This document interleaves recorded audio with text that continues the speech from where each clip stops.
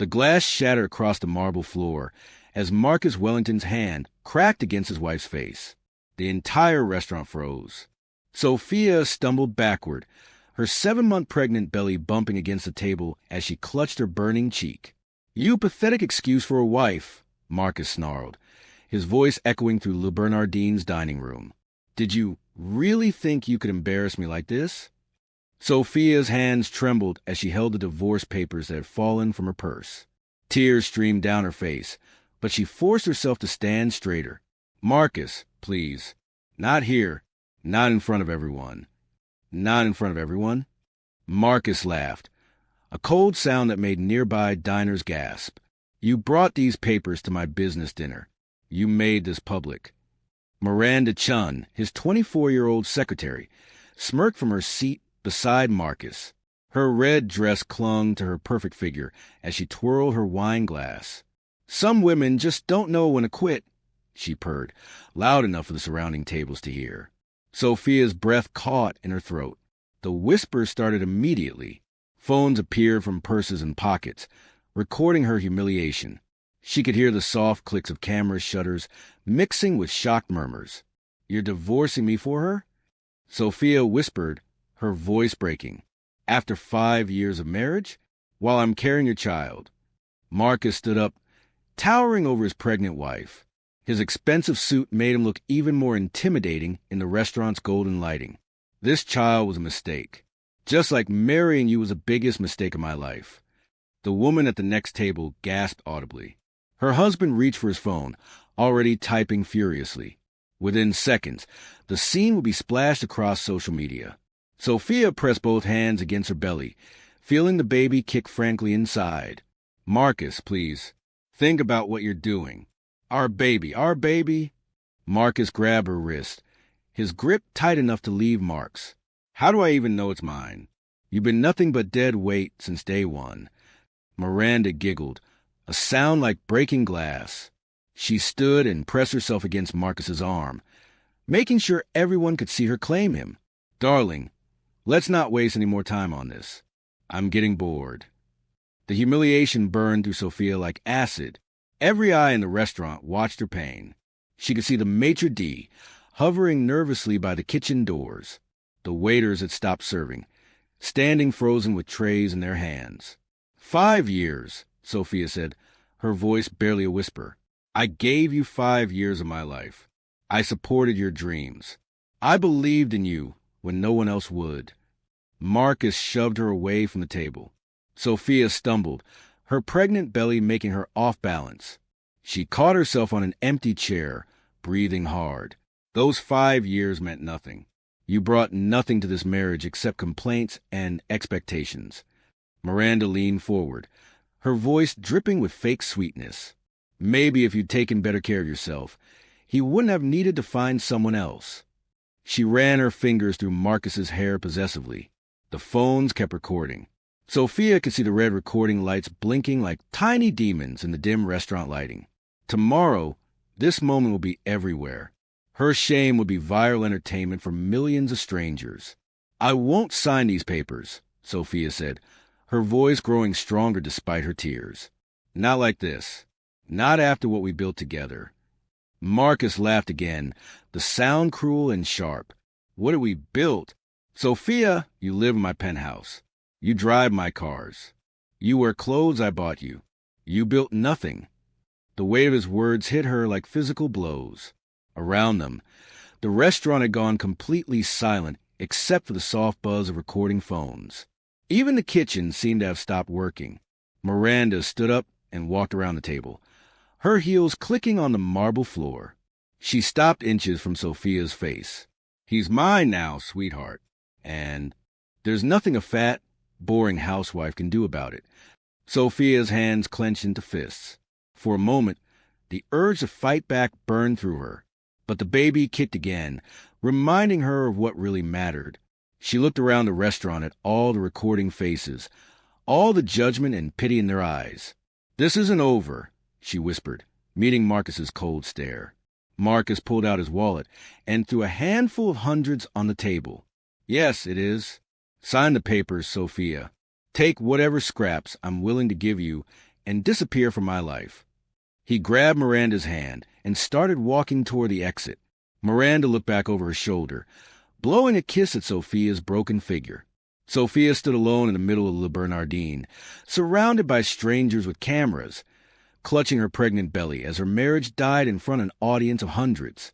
The divorce papers lay scattered at her feet like fallen leaves. But as Marcus and Miranda disappeared through the restaurant's revolving doors, none of them noticed a man in the corner booth. Theodore Wellington lowered his phone, a grim smile spreading across his face. Marcus had just made the biggest mistake of his life, and Theodore was going to make sure he paid for every second of his cruelty. The penthouse elevator doors opened with a soft chime, revealing Miranda chin-dragging designer suitcases across the marble threshold. Sophia stood in the hallway, still wearing yesterday's wrinkled dress, watching her replacement claim her home.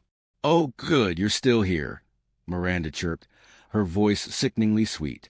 "Marcus wants you to help me unpack. Consider it your final wifely duty." Sophia's hands instinctively moved to protect her belly. "This is my home, too. I have rights." Marcus appeared from the kitchen, already dressed in his morning suit. He didn't even look at Sophia as he kissed Miranda's forehead. "Not anymore, sweetheart. The lease is in my name. Everything here belongs to me." The smell of Miranda's expensive perfume filled the air, replacing the soft vanilla scent Sophia had chosen for their home. It felt like another violation, another piece of her life being erased. Miranda dropped her purse on the Italian leather couch Sophia had picked out for their first anniversary. "I love what you've done with the place, baby, though we'll need to redecorate. It's so boring." "Boring?" Sophia's voice cracked. She gestured around the living room with its carefully chosen artwork and family photos. "I spent 3 years making this place perfect for us." Marcus finally looked at her, his expression cold. "Perfect for you, maybe. Miranda has better taste." Miranda giggled and spun around the living room, her heels clicking on the hardwood floors. "I'm thinking hot pink accents. Maybe some leopard print throws. Something with personality." Each word felt like a slap. Sophia watched the stranger redesign her sanctuary, erasing every memory she'd built within these walls. The baby kicked hard, as if sensing her distress. "I need to pack my things," Sophia said quietly. "Already done." Marcus pointed to a single black suitcase by the door. "I packed what I thought you'd need. The rest stays here." Sophia stared at the tiny suitcase in horror. 5 years of marriage reduced to one small bag. My grandmother's china, the photo albums, my books. Miranda might want to use the china. Marcus shrugged. "The photos and books are clutter. I threw them away." The words hit Sophia like physical blows.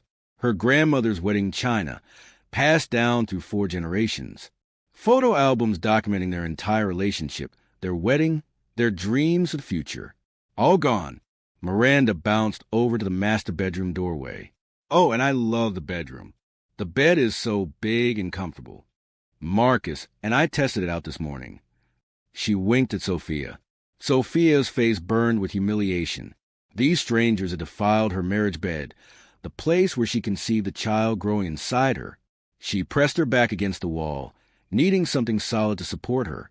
Before we dive deeper into this painful journey, take a moment to subscribe for more heartbreaking stories like this. "You can't do this," Sophia whispered. "I won't let you destroy everything we built." Marcus walked over to the bar cart and poured himself a scotch. "At 10 in the morning. We didn't build anything, Sophia. I built this life. You just lived in it." Miranda clapped her hands together like a child. "Oh, I have the most amazing idea. Sophia, you should cook us dinner before you leave, like a farewell meal. Wouldn't that be sweet?" The request was so cruel, so perfectly designed to humiliate her, that Sophia almost laughed. Almost. Instead, tears started flowing down her cheeks again. "I'm not cooking for you," she said. Marcus slammed his glass down on the marble countertop. The sound echoed through the penthouse like a gunshot. "You'll do what I tell you to do. You're still my wife until those papers are signed. And as your replacement," Miranda added with mock sympathy, "I think it would be nice if you show me how Marcus likes his steaks cooked. You know, woman to woman." Sophia looked around the penthouse one last time. The floor-to-ceiling windows showed the city skyline she watched every morning for 3 years. The kitchen island where she made Marcus breakfast every day before work. The reading nook where she dreamed of reading bedtime stories to their children. All of it poisoned now. All of it belonging to someone else. With shaking hands, she walked to the kitchen and pulled ingredients from the refrigerator. Marcus and Miranda sat on the couch. Miranda curled against his chest like a satisfied cat. "Make sure the steaks are medium rare," Marcus called out. "And don't forget the way I like my potatoes." Sophia stood at the stove, 7 months pregnant, cooking dinner for her husband and his mistress in what used to be her own home. The spatula trembled in her grip as she tried to hold back sobs. Miranda's laughter echoed from the living room. "This is perfect, baby. I could get used to having a personal chef." As Sophia plated the meal she'd never be able to stomach eating, she noticed something that made her pause. In the reflection of the stainless steel refrigerator, she could see a figure on the balcony across the street. Someone with a long-lens camera pointed directly at their penthouse. Someone was watching. Someone was recording everything. And for the first time since yesterday's nightmare began, Sophia felt a tiny spark of hope flicker in her chest. Theodore Wellington adjusted his wire-rimmed glasses and slipped into the back row of courtroom 4B. His expensive suit made him blend in with the other lawyers, but his heart pounded as he watched his older brother Marcus stride through the doors like he owned the place.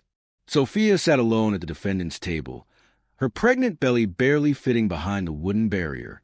Her court-appointed lawyer looked like he'd rather be anywhere else. She wore a simple black dress that had seen better days, her wedding ring still glinting on her finger despite everything. Theodore pulled out his phone and started recording. Something about this whole situation felt wrong. His brother had always been cruel, but this level of public humiliation seemed extreme even for Marcus. "All rise for the Honorable Judge Patricia Chun," the bailiff announced. As everyone stood, Theodore noticed Sophia struggle to get up. Her hands shook as she pressed them against her back, supporting the weight of her pregnancy. No one offered to help her. Marcus and his shark-like attorney, David Price, didn't even glance in her direction. Judge Chun, a stern woman in her 50s, looked down at the papers before her. "We're here today for the divorce proceedings of Marcus Wellington versus Sophia Wellington, née Blackstone." Theodore's blood ran cold. Blackstone. He knew that name. His mind raced back to law school, to a case study about missing heirs. The Blackstone Diamond Empire, one of the largest privately owned diamond mines in the world. The family had been searching for their missing granddaughter for over a decade after she disappeared following her parents' death in a car accident. Sophia Blackstone, the lost heiress worth billions. Theodore's hand started shaking as he continued recording. His brother had no idea what he'd done. No idea who he was destroying in this courtroom. Marcus stood up, his voice booming with confidence. "Your Honor, this is a simple case. My wife contributed nothing to our marriage. I'm asking for a clean divorce with minimal alimony. She has no assets, no income, and frankly, no value to offer anyone." The cruelty in his words made Theodore's stomach turn. Around the courtroom, people shifted uncomfortably. Even the court reporter looked disgusted. Sophia's lawyer, a thin man who kept checking his watch, barely managed to object. "Your Honor, Mrs. Wellington is 7 months pregnant with Mr. Wellington's child. She deserves fair compensation for her years of marriage and support." Marcus laughed, actually laughed in court. "Support? Your Honor, she lived off my generosity for 5 years. She should be paying me for the privilege of being Mrs. Wellington." Miranda Chun, sitting in the gallery behind Marcus, giggled at his words. She wore a skin-tight red dress completely inappropriate for court, but she didn't seem to care about the disapproving stares. Theodore watched Sophia's face throughout the proceedings. She didn't speak much, just answer the judge's questions in a quiet voice. But there was something in her eyes, a strength that reminded him of the Blackstone family photos he'd seen in legal journals. "Mrs. Wellington, Judge should address Sophia directly. Do you have anything to say about your husband's claims?" Sophia slowly stood up, one hand on her belly for support. "Your Honor, I know I don't look like much right now. I know I can't compete with younger, prettier women, but I love my husband. I supported his dreams when he had nothing but ambition. Her voice grew stronger as she continued. When Marcus started Wellington Industries, I was there. When he worked 18-hour days, I kept our home running. When he doubted himself, I believed in him. That has to count for something. Theodore felt proud of her strength. This woman he'd never met, but somehow felt connected to. She was family, whether she knew it or not. Marcus rolled his eyes. Emotional manipulation, Your Honor. She's trying to guilt the court into giving her money she doesn't deserve. I deserve respect, Sophia said firmly. I deserve to be treated like a human being, not trash you throw away when you're bored. The courtroom fell silent. Even Miranda stopped giggling. But Marcus wasn't finished. He pulled out his phone and started showing photos to his lawyer, speaking loud enough for everyone to hear. Look at these pictures, David. Restaurant security cameras from last night. She embarrassed me in front of my business associates. She's unstable, possibly dangerous. Theodore watched Sophia's face crumble as she realized Marcus was using her moment of desperation against her. The moment when she'd simply asked for an explanation for the divorce papers. I'm also concerned about her fitness as a mother, Marcus continued.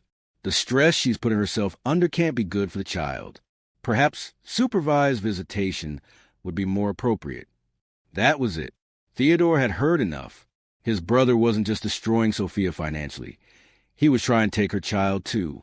The child who would be heir to the Blackstone fortune Marcus knew nothing about. Theodore stood up and quietly left the courtroom. In the hallway, he immediately dialed a number he'd memorized years ago during his research.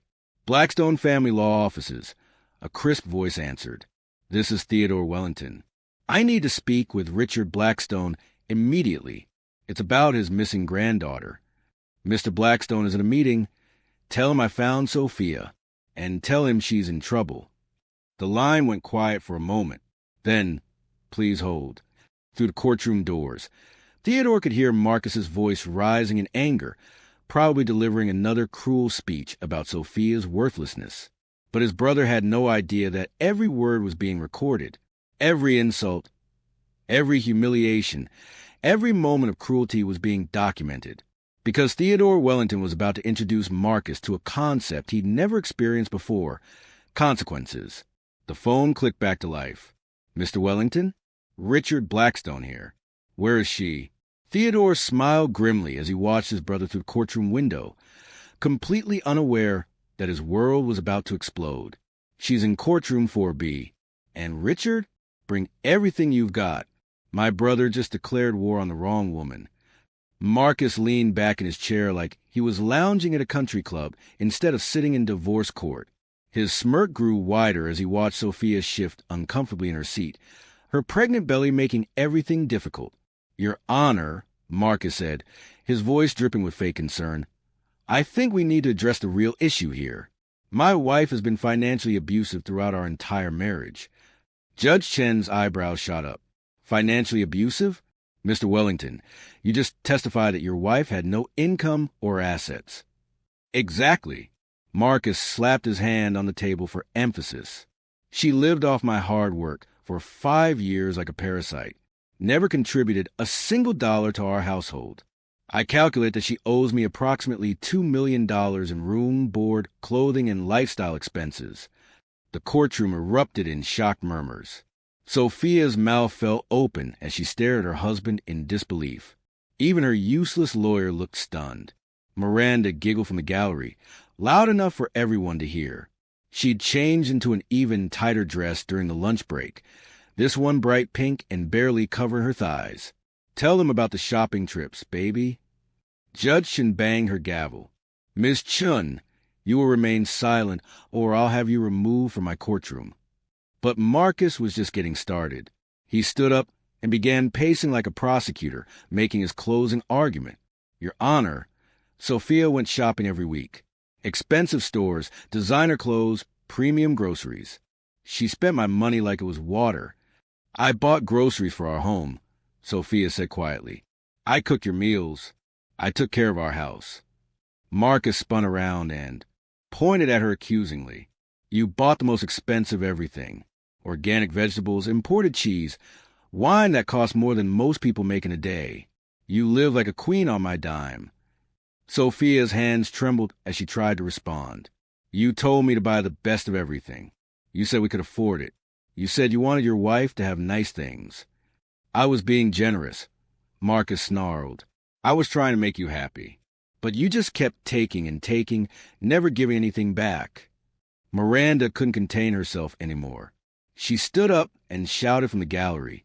She should pay you back every penny, plus interest. This time, Judge Chen's voice thundered through the courtroom. Bailiff, remove Miss Chen immediately. No, wait. Marcus held up his hand. Your Honor, Miranda is actually a key witness. She's seen firsthand how Sophia wasted my money and contributed nothing to our relationship. The judge's face darkened, but she allowed Miranda to stay. Theodore, still recording from the back row, watched in amazement as his brother dug his own grave deeper with every word. David Price, Marcus's attorney, tried to regain control.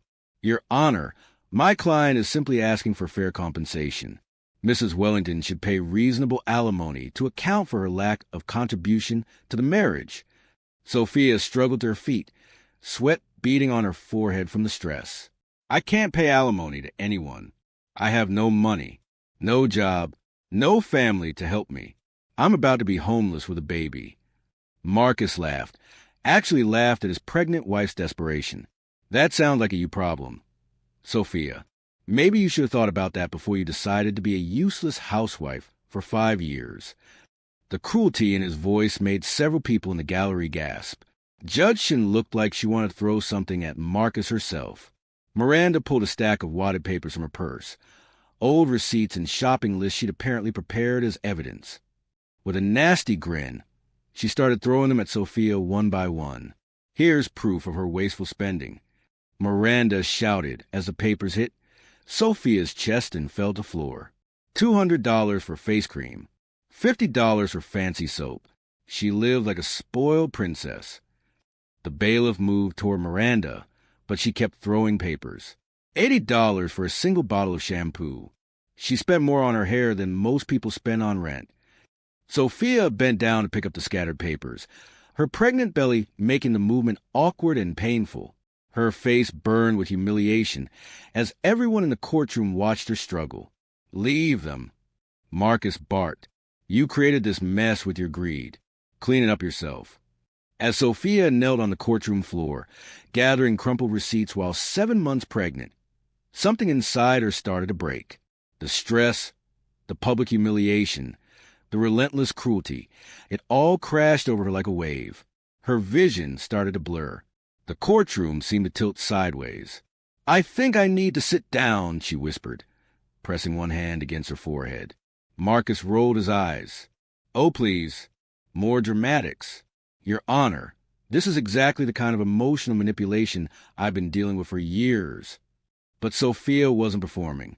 Her face had gone pale, and she was swaying on her feet like a tree in a storm. The baby was kicking frantically inside her, as if sensing her distress. Mrs. Wellington? Judge Shin stood up, concern replacing her earlier anger. Are you all right? Sophia tried to answer, but the words wouldn't come. The courtroom spun around her like a carousel gone wrong. She could hear Marcus still talking, still complaining about her performance, but his voice sounded far away. The last thing she saw before hitting the floor was Miranda's satisfied smirk, and the last thing she heard was Marcus's voice saying, Typical Sophia, always finding a way to make everything about herself. As the bailiff called for an ambulance and the courtroom erupted in chaos, Theodore Wellington slipped out into the hallway with his phone already dialing. The Blackstone family lawyers were 20 minutes away, and they were bringing an army. The ambulance siren screamed through downtown traffic as paramedics worked frantically over Sophia's unconscious body. Her face was ghostly pale against the white stretcher, an oxygen mask covering her nose and mouth while monitors beeped urgent warnings. Blood pressures dropping fast. The lead paramedic shouted over the noise. Baby's in distress. We need to get her to Mercy General now. Back at the courthouse, Marcus stood in the hallway checking his watch while Miranda reapplied her lipstick in a compact mirror. "How long do these medical emergencies usually take?" he asked the bailiff impatiently. "I have a dinner reservation." The bailiff stared at him in disgust. "Your wife collapsed, Mr. Wellington. She's being rushed to the hospital." Marcus shrugged. "She's dramatic, always has been. Probably just wants attention and sympathy from the judge." Miranda snapped her compact shut and smiled. "Should we go celebrate? I saw this amazing champagne bar downtown. We can toast to our victory." Theodore Wellington pushed through the courthouse doors just in time to hear his brother's callous words. Behind him walked 3 men in identical black suits, Richard Blackstone and his top investigators. "Which hospital?" Theodore demanded of the bailiff. "Mercy General." "But, sir, only family members." "I am family," Theodore said grimly. He turned to Richard Blackstone, a distinguished man in his 70s with silver hair and sharp eyes. "Are you ready for this?" Richard's jaw was set in stone. "I've been ready for 15 years. Ever since my granddaughter disappeared, I've dreamed of this moment." At Mercy General, Dr. Sarah Kim rushed to the emergency room doors as Sophia's stretcher rolled in. "What do we have?" "Pregnant female, approximately 30 weeks. Severe stress-induced complications. Possible preeclampsia. Baby's heart rate is erratic." Dr. Kim immediately began examining Sophia, her trained hands checking vital signs and monitoring the baby's condition. "Get me a full blood panel. And call the NICU team. If this baby comes early, we'll need to be ready." Sophia's eyes fluttered open as the harsh hospital lights hit her face. "My baby," she whispered, her voice barely audible through the oxygen mask. "Is my baby okay?" "We're monitoring everything," Dr. Kim said gently, "but I need you to stay calm. Stress is dangerous for both of you right now." 20 minutes later, Theodore burst through the hospital doors with the Blackstone team. He flashed his attorney credentials to the nurse. "I need to see Sophia Wellington immediately. I'm her brother-in-law and legal counsel." The nurse hesitated. "Sir, she's in critical condition. Only immediate family." "I am immediate family." Richard Blackstone stepped forward, his presence commanding instant respect. "I'm her grandfather." Dr. Kim appeared in the hallway, wiping her hands on a towel. "Are you here for Sophia Wellington?" "How is she?" Theodore asked urgently. "Stable, but we're concerned. The stress of whatever happened today triggered severe complications. Her blood pressure is dangerously high, and the baby is showing signs of distress." Richard's hands clenched into fists. "Doctor, I need you to understand something. My granddaughter has been missing for 15 years. We've been searching for her since her parents died in a car accident when she was 17. Dr. Kim's eyes widened. "I don't understand." "She said her name was Sophia Wellington. Her maiden name was Blackstone," Theodore explained. "She's the sole heir to the Blackstone Diamond Empire, worth approximately $8.2 billion. The hallway fell silent, except for the beeping of medical equipment. Dr. Kim stared at them in shock. "That sweet girl in there, she's a billionaire?" "She doesn't know," Richard said quietly. "When her parents died, she ran away from the foster system before we could find her. She's been living under her mother's maiden name. Blackstone was her father's family name." One of Richard's investigators stepped forward with a thick folder. "We have DNA results, birth certificates, and financial records. There's no doubt. Sophia Wellington is Sophia Marie Blackstone, your missing granddaughter." Dr. Kim shook her head in amazement. "She told me she has no family, no money, no way to pay for the baby's medical care if complications arise." "She has family," Richard said firmly. "She has me, and money will never be an issue again." Through the hospital window, they could see the city lights twinkling in the distance. Somewhere out there, Marcus and Miranda were probably toasting their courthouse victory with expensive champagne, completely unaware that they'd just destroyed the richest woman in the state. Theodore pulled out his phone and showed Richard the recordings he'd made. "I have everything. Every cruel word. Every moment of humiliation. Every second of abuse. All documented." Richard's eyes grew cold as he watched Marcus slap his granddaughter, in the restaurant footage. How long has this been going on? Years, from what I can see. But today was the worst of it. He tried to make her pay him alimony, had his mistress throw things at her in court, called her worthless in front of a room full of people. And he has no idea who she really is? Theodore smiled grimly. None whatsoever. He thinks he just divorced a broke housewife. Dr. Kim checked her watch. Visiting hours end soon, but given the circumstances, I'll make an exception. She's awake now, and she's been asking for anyone who cares about her. Richard straightened his tie and took a deep breath. 15 years I've waited to hold my granddaughter again. 15 years of wondering if she was alive, if she was safe, if she was happy. She wasn't happy, Theodore said quietly. But that's about to change. As they walked toward Sophia's room, Richard's phone buzzed with a text from his legal team. Wellington Industries assets frozen. Fraud investigation initiated. Criminal charges being filed within the hour. The revolution had begun, and Marcus Wellington had no idea his world was about to end. The champagne bubbles sparkled in the crystal flutes as Marcus and Miranda clinked glasses at the rooftop bar overlooking the city. Marcus had ordered their most expensive bottle, Dom Perignon 1996, to celebrate what he called freedom from dead weight. To new beginnings, Marcus announced loudly, making sure nearby tables could hear. And to finally being rid of baggage that was holding me back. Miranda giggled and pressed herself against his arm. You're so much happier already, baby. I can see it in your eyes. 3 floors below them, Theodore Wellington sat in a black SUV with Richard Blackstone and a team of forensic accountants. Laptops glowed in the darkness as they traced financial records that would destroy Marcus's world. Found it, whispered Catherine Mills, the lead investigator. Wellington Industries has been receiving anonymous capital injections for the past 4 years. Shell companies, offshore accounts, all leading back to Blackstone Trust funds. Richard leaned forward, his eyes sharp. How much? $12 million. Without this money, Wellington Industries would have gone bankrupt 18 months ago. Theodore's phone buzzed with updates from the legal team. Federal judges are signing the asset freeze orders now. Marcus's accounts will be locked within the hour. Back on the rooftop, Marcus's phone rang. He glanced at the caller, ID, and frowned. David Price, my attorney. Probably calling to congratulate me on the victory. Marcus Wellington. He answered cheerfully. Marcus, we have a problem. David's voice was tight with panic. A big problem. There are federal agents at my office right now with seizure warrants. Marcus's smile faltered. Seizure warrants for what? Your assets. All of them. Bank accounts, properties, business holdings. Everything's being frozen pending investigation into financial fraud. The champagne flute slipped from Marcus's hand, shattering against the rooftop floor. Nearby diners turned to stare as the expensive wine pooled around his feet.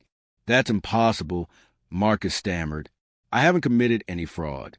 My business is completely legitimate. Miranda grabbed his arm, her nails digging into his skin. What's wrong? What's happening?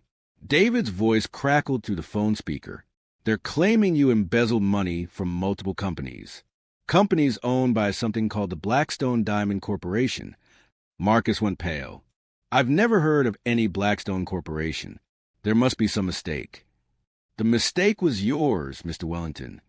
Marcus spun around to find Theodore standing behind him, flanked by 2 federal agents and a man in an expensive suit who looked like he could buy and sell the entire restaurant. Theodore? Marcus's voice cracked. What are you doing here? Cleaning up your mess, as usual. Theodore's voice was ice cold. Marcus Wellington, meet Richard Blackstone, chairman and CEO of Blackstone Diamond Corporation. Richard stepped forward, his presence commanding immediate respect. Even the other restaurant patrons fell silent, sensing something momentous was happening. Mr. Wellington, Richard said calmly, you have something that belongs to me. Marcus looked confused and desperate. I don't know what you're talking about. I've never stolen anything from anyone. You stole my granddaughter's happiness, her dignity, her sense of self-worth. Richard's voice remained steady, but his eyes burned with fury. You humiliated Sophia Blackstone in front of hundreds of people. You called her worthless. You made her serve you dinner while pregnant with your child. Marcus shook his head frantically. Sophia's last name is Wellington. Her maiden name was Morrison. I don't know anyone named Blackstone. Theodore pulled out his phone and showed Marcus the DNA results. Sophia Morrison was her mother's maiden name. Her father was James Blackstone. Sophia is the sole heir to an $8.2 billion diamond empire. The words hit Marcus like physical blows. His legs gave out, and he collapsed into his chair, staring at the phone screen in horror.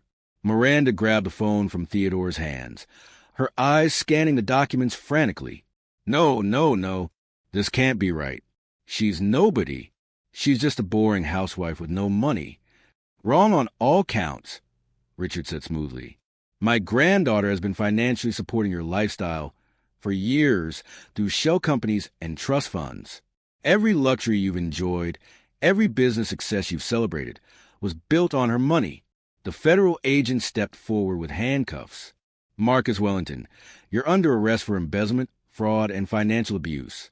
Marcus's world collapsed in real time.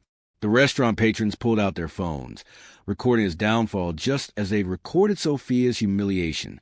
But this time, he was the one being destroyed. Wait!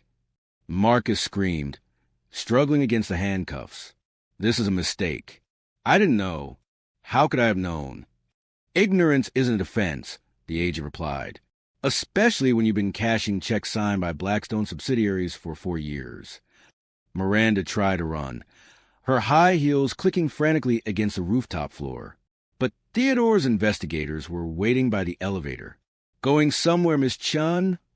One of them asked pleasantly. She spun around, her perfect composure finally cracking. This isn't my fault. I didn't know she was rich. Marcus told me she was broke. You participated in the abuse, Richard said coldly. You threw papers at a pregnant woman in court. You moved into her home and made her serve you dinner. You helped destroy her mentally and emotionally. Miranda's face crumpled as she realized her sugar daddy was broke and facing federal prison. But what about me? What am I supposed to do now? Theodore smiled without warmth. I suggest you find a job. Real employment. Something you're apparently unfamiliar with. As the agents led Marcus and Miranda away in handcuffs, the rooftop fell silent except for the soft clicks of camera phones recording their shame. The same shame they'd inflicted on Sophia was now theirs to carry. Richard Blackstone adjusted his cufflinks and looked out over the city skyline. Somewhere in a hospital bed, his granddaughter was fighting for her life and the life of her unborn child. But tomorrow, when she woke up, she would discover that she wasn't alone anymore. She had a family, she had power, and she had justice.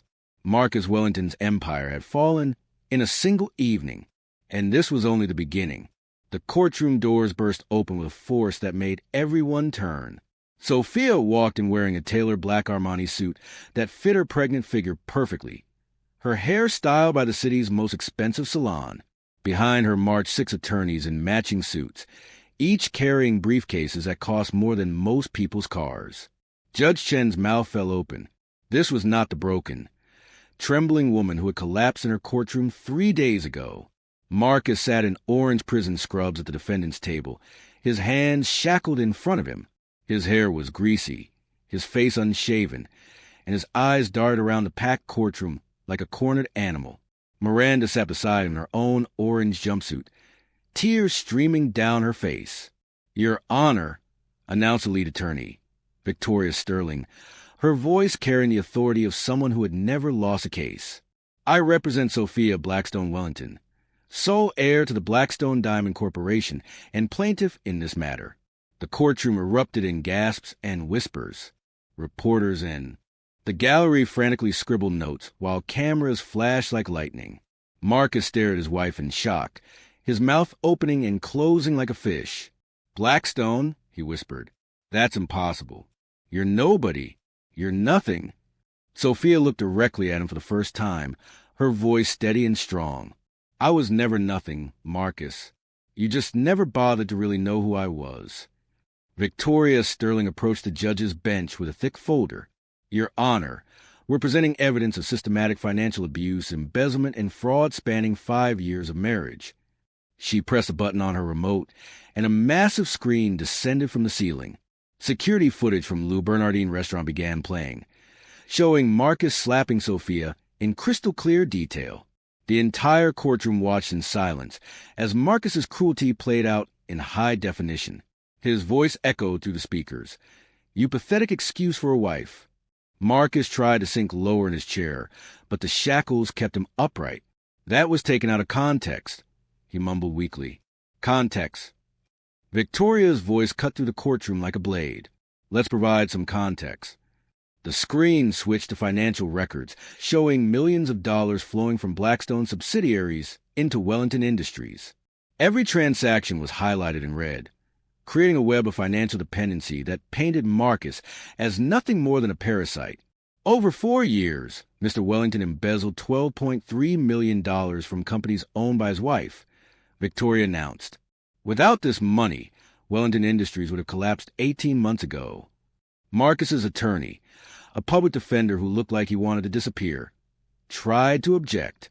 "Your Honor, my client was unaware of the source of these funds." Victoria smiled coldly. "Unaware? Your Honor, I present Exhibit C." The screen showed email after email from Marcus to various Blackstone shell companies, thanking them for their investment and promising excellent returns. His signature was on every document. These emails proved Mr. Wellington knew exactly where his funding came from. He deliberately sought out Blackstone subsidiaries for financial support while simultaneously abusing the very woman who owned those companies. Miranda broke down completely, sobbing into her hands.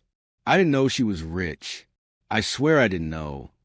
Judge Chun banged her gavel. "Ms. Chun, you are not on trial here, though criminal charges are pending." Richard Blackstone stood from the gallery, his presence commanding immediate attention. "Your Honor, may I address the court?" "Proceed, Mr. Blackstone." Richard walked slowly to the front of the courtroom, his eyes never leaving Marcus. "For 15 years, I searched for my granddaughter. 15 years of wondering if she was alive, safe, loved. When I found her 3 days ago, she was unconscious in a hospital bed, fighting for her life and the life of her unborn child." His voice grew harder with each word. The stress of this man's cruelty nearly killed them both. "My granddaughter, the kindest soul I've ever known, was reduced to believing she was worthless, that she deserved nothing, that she had no family who loved her." Marcus tried to speak, but Richard's glare silenced him. "This man stole more than money from my granddaughter. He stole her identity, her confidence, her joy. He made her believe she was alone in the world when she had a family who loved her desperately." Sophia stood up, her hand resting on her belly. "Your Honor, I'm not here for revenge. I'm here for justice. And for my child, who deserves better than a father who would call him a mistake." The room fell completely silent. "I'm requesting full custody, complete asset forfeiture, and criminal prosecution for embezzlement and abuse." Sophia continued. "Marcus Wellington destroyed my life for sport. Now, he can live with the consequences." Judson looked down at Marcus with pure disgust. "Mr. Wellington, in 30 years on this bench, I have never seen such callous cruelty toward a pregnant woman. You humiliated your wife publicly, stole millions from her family, and showed no remorse for your actions." Marcus finally found his voice.